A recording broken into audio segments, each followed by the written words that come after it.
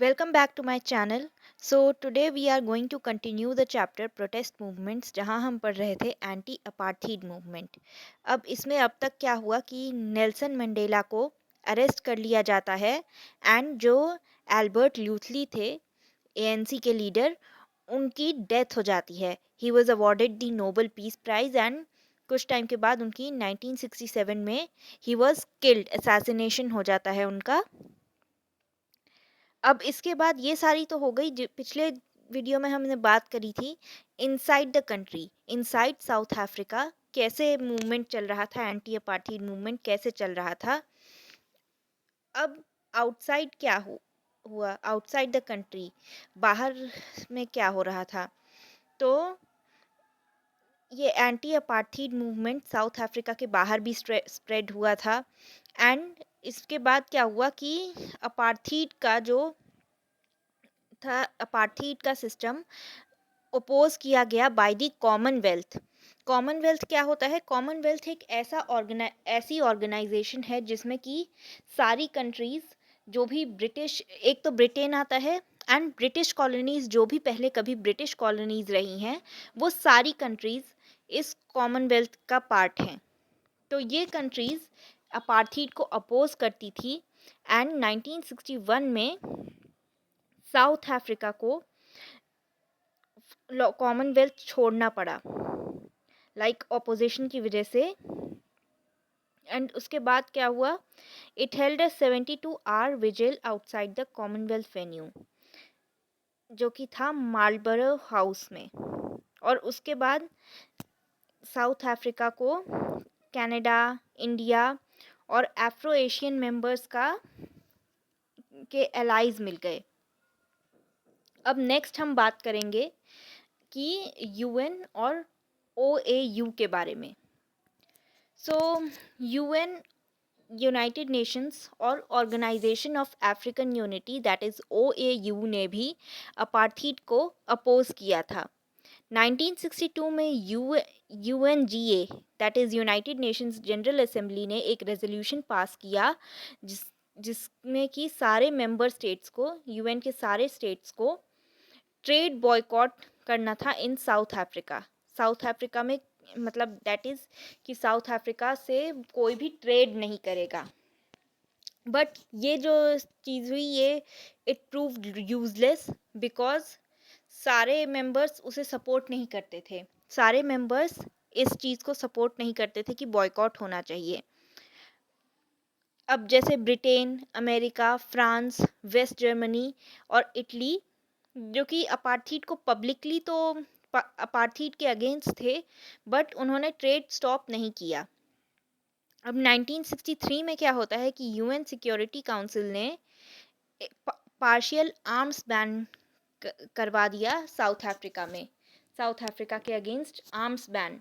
That is कि like जो weapon supply किए जाते हैं वो बंद कर दिया जाएगा। बट ये दिस वॉज नॉट मैंडेटरी। ये लाइक उन्होंने करवा तो दिया है, उन्होंने रिक्वेस्ट करी थी कि किया जाना चाहिए, but this was not mandatory in under UN charter. अब इस सभी चीज़ों में क्या हुआ कि अब इसके बाद क्या हुआ कि साउथ अफ्रीका को 1964 में टोक्यो ओलंपिक्स से बैन कर दिया गया। 1964 के ओलंपिक्स से बैन कर दिया गया एंड एकेडमिक बॉयकॉट भी हुआ। दैट इज़ कि जो प्रोफेसर्स थे 496 यूनिवर्सिटीज़ के प्रोफेसर्स और लेक्चरर्स ने ये प्रोटेस्ट किया अपार्थीड के against and academic freedom demand करी। लाइक पहले होता था ना कि जो ब्लैक्स एंड वाइट्स थे उनको सेम एजुकेशन नहीं ग्रांट की जा रही थी एंड काफ़ी ज़्यादा एजुकेशन सेक्टर में भी उनको काफ़ी डिस्क्रिमिनेशन होता था, काफ़ी पार्शियलिटी होती थी। They were not allowed to attend the same schools. तो ये सब चीज़ें बैन कराने के लिए यूनिवर्सिटी के प्रोफेसर्स ने भी प्रोटेस्ट करना स्टार्ट किया अगेंस्ट अपार्थीड। अब जहाँ कंट्री के बाहर ये इस टाइप के इंसिडेंट्स हो रहे थे, वहीं कंट्री में भी साउथ अफ्रीका के अंदर भी कुछ इंसिडेंट्स हुए, कुछ सर्कमस्टांसेस हुए which led to the end of apartheid. Of course protest continue रहा, प्रोटेस्ट चलता रहा, और ये काफ़ी टाइम के बाद प्राइम मिनिस्टर और गवर्नमेंट को भी ये रियलाइज़ हुआ कि अब अपार्थीड ज़्यादा टाइम तक नहीं चल पाएगा। जो प्राइम मिनिस्टर थे 1979 के इलेक्शंस के बाद बने प्राइम मिनिस्टर पीडब्ल्यू बोथा ने ये डिसीजन लिया कि अपार्थीड को रिफॉर्म किया जाएगा, एंड कम्प्लीटली नहीं किया जाएगा, बिकॉज ऑफ कोर्स वाइट्स को भी उन्हें वाइट्स को भी सेटिस्फाई करना था एंड ब्लैक्स को भी सेटिस्फाई करना चाहते थे, तो ताकि प्रोटेस्ट एंड हो सके। तो अब क्या हुआ कि ब्लैक्स के लिए ही इंट्रोड्यूस सम इम्पॉर्टेंट चेंजेस, जैसे कि ब्लैक्स को ट्रेड यूनियंस ज्वाइन करने की परमिशन दे दी। They were allowed to join trade unions, strike भी कंडक्ट कर सकते थे ब्लैक्स, उस पर कोई रोक नहीं थी। अब नेक्स्ट क्या था, पॉइंट नंबर 2 वॉज कि इलेक्शन अलाउ कर दिया गया सिर्फ लोकल टाउनशिप काउंसिल्स में। नेशनल इलेक्शंस में ब्लैक्स वोट नहीं कर सकते, लेकिन लोकल टाउनशिप काउंसिल में ब्लैक्स वोट कर सकते हैं, ऐसा था। अब नेक्स्ट क्या हुआ कि एक नया कॉन्स्टिट्यूशन इंट्रोड्यूस किया गया। अब उसमें 2 पार्लियामेंट्स थे। नया कॉन्स्टिट्यूशन इंट्रोड्यूस किया गया और पार्लियामेंट में 2 हाउसेज इंट्रोड्यूस करे गए, जिसमें से एक होगा कलर्ड का एंड एक एशियंस के लिए। अब आप देख सकते हैं कि किस तरह से ये दिखाने की कोशिश करी गई, बस दिखाने की कोशिश करी गई कि ब्लैक्स की भी राइट्स को इम्पोर्टेंस दी जा रही है, बट इन एक्चुअल उन्हें सेग्रीगेट ही किया गया था। अब मैरिज भी अलाउड थी, दोनों इंटर रेस मैरिज भी अलाउड कर दी गई थी कि दो ब्लैक्स और वाइट्स आपस में शादी कर सकते हैं। और जो मैंने पहले वीडियो के स्टार्टिंग में बताया था, इस चैप्टर के स्टार्टिंग में बताया था पास लॉज क्या होते थे, कि पास लॉज में क्या होता था कि ब्लैक्स को अपने सारे डॉक्यूमेंट्स, हमेशा कहीं भी जाएं, वो जहां भी जाएं, ब्लैक्स को अपने सारे डॉक्यूमेंट्स साथ लेकर चलने होते थे एनीवेयर दे गो। और वहाँ पर ऑफिसर्स होते थे जो उनके हर मूवमेंट पर नज़र रखते थे, एंड वो कभी भी ये डॉक्यूमेंट्स मांग सकते हैं, उन पर कोई भी एक्शन लिया जा सकता है। इस लेवल तक डिस्क्रिमिनेशन चलता था, तो उन पास लॉज को अबॉलिश कर दिया गया। बट ये बस इतने तक ही पीडब्ल्यू बोथा बस इतने तक ही चेंजेस लाना चाहते थे। एएनसी की मेन डिमांड्स को वो कंसिडर नहीं करते थे। जैसे एएनसी की मेन डिमांड थी कि राइट टू वोट मिलना चाहिए ब्लैक्स को, और कंट्री को रूल करने में, कंट्री के गवर्नेंस में उनका भी पार्ट होना चाहिए, ब्लैक्स और वाइट्स का इक्वल पार्ट होना चाहिए। So he was not willing to consider that. अब इन द मीनवाइल क्या हुआ कि 1986 में पूरी कॉमनवेल्थ, ब्रिटेन को छोड़कर के पूरा जो कॉमनवेल्थ था, उन्होंने डिसाइड किया कि अब साउथ अफ्रीका के साथ कोई भी ट्रेड रिलेशन नहीं होगा, ना इंपोर्ट होगा ना एक्सपोर्ट होगा, कोई भी लोन का लेन देन नहीं होगा, लोन्स नहीं दिए जाएंगे साउथ अफ्रीका को, ऑयल का sale, computer equipments, nuclear goods, कुछ भी इंपोर्ट नहीं किया जाएगा साउथ अफ्रीका में, और कोई भी ना तो कल्चरल ना ही साइंटिफिक कांटेक्ट कंटिन्यू करे जाएंगे। और फिर 1987 में क्या होता है कि अमेरिकन कांग्रेस ने वोट किया to stop the American loans to South Africa, कि अमेरिका के जो लोन्स दे रहा है साउथ अफ्रीका को वो बंद कर दिए जाने चाहिए। एयरलिंक्स बंद कर दी गई, कट कर दी गई। आयरन, स्टील, कोल, टेक्सटाइल, यूरेनियम का इंपोर्ट भी बंद कर दिया गया। साउथ अफ्रीका से ये सारी चीज़ें इंपोर्ट करी जाती थी, तो ये सब चीज़ें भी बैन कर दी गई। अब ऐसा चेंज दिखने लगा साउथ अफ्रीका में जब FWD क्लर्क प्रेसिडेंट बने। उन्हें सिचुएशन का रियलाइजेशन हो गया कि कैसी सिचुएशन है साउथ अफ्रीका की, और अब अपार्थीड का एंड होना ज़रूरी है, होना बहुत इम्पॉर्टेंट है। कोई रिफॉर्म्स नहीं, nothing, it should come to an and.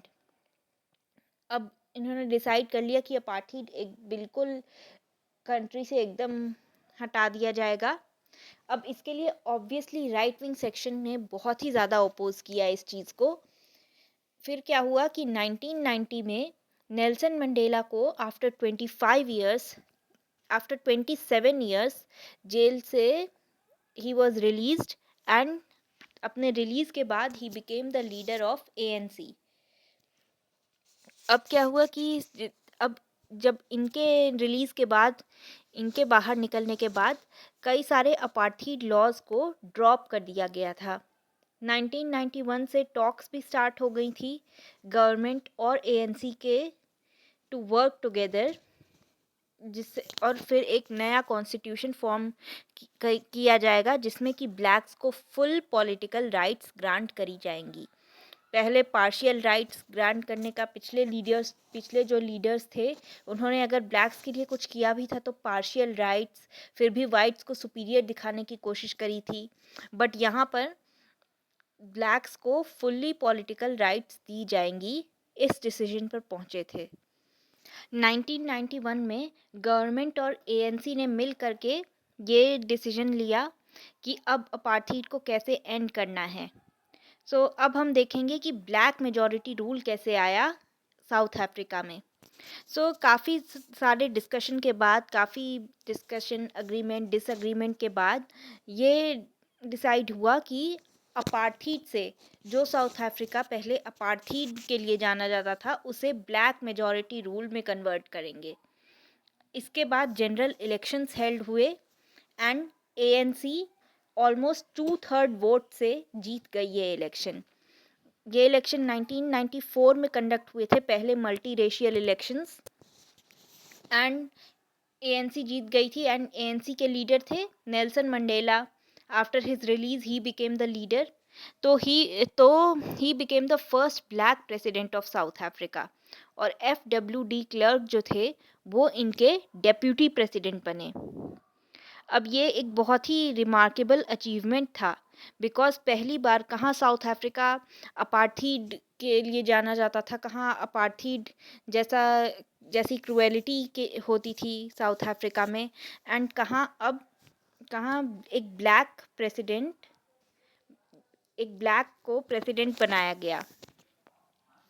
इसमें इसका क्रेडिट डिज़र्व करते थे FWD क्लर्क और नेल्सन मंडेला, जिन्होंने काफ़ी अपने रिफॉर्म्स लेके आए। उन्होंने काफ़ी ज़्यादा इस पे वर्क किया कि साउथ अफ्रीका बिना किसी सिविल वॉर के इस सिचुएशन तक पहुंच पाया।